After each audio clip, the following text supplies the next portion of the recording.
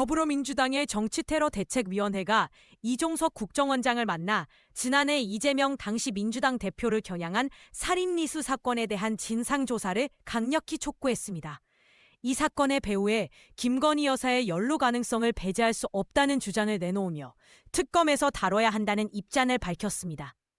이재명 대표를 대상으로 한 살인미수 사건은 지난해 1월 발생하며 제1야당의 유력한 대통령 후보를 겨냥한 치밀한 테러로 판단되고 있습니다.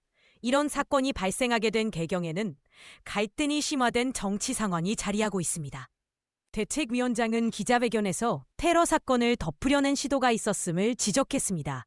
국무총리실 산하 대테러센터와 국정원이 사건을 테러로 지정하지 않고 축소하려 했다는 주장을 하며 진상조사를 촉구했습니다. 이 사건은 단순한 폭력 사건이 아니라 정치적인 내란의 서막으로 해석될 수 있다는 점에서 심각한 의미를 지닙니다.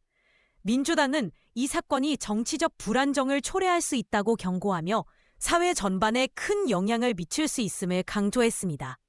대책위는 김상민 전 국정원장 법률특별보좌관이 작성한 보고서의 내용도 문제 삼았는데 이 보고서에는 사건에 사용된 흉기를 커터칼로 표현한 전혀 엉뚱한 해석이 담겨 있습니다. 이는 사건의 진실을 감추려는 의도로 해석될 수 있습니다.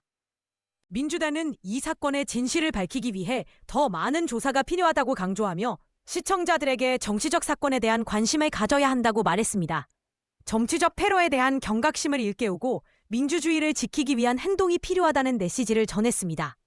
결론적으로 이 사건은 단순히 한 사람의 위협을 넘어서 정치적 불안정을 초래할 수 있는 심각한 문제라는 점이 중요합니다. 민주당의 주장처럼 이 사건은 철저한 진상조사가 필요하며 우리 사회가 나아가야 할 방향에 대한 고민이 필요합니다. 시청자 여러분, 이와 같은 정치적 테러 사건이 더 이상 발생하지 않도록 그 진실을 밝혀야 합니다.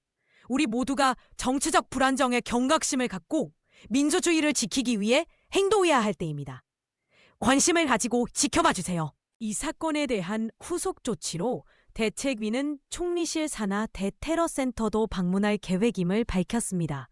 이 과정에서 더 많은 증거와 정보를 확보할 수 있을 것으로 기대하고 있으며 이는 향후 재수사의 기초가 될 것입니다. 마지막으로 이 사건과 관련된 모든 의혹이 명확히 밝혀질 수 있도록 각계의 협조가 필요합니다. 우리 모두가 이 문제에 관여하여 정치적 테러로부터 안전한 사회를 만들기 위해 함께해야 할 시점입니다.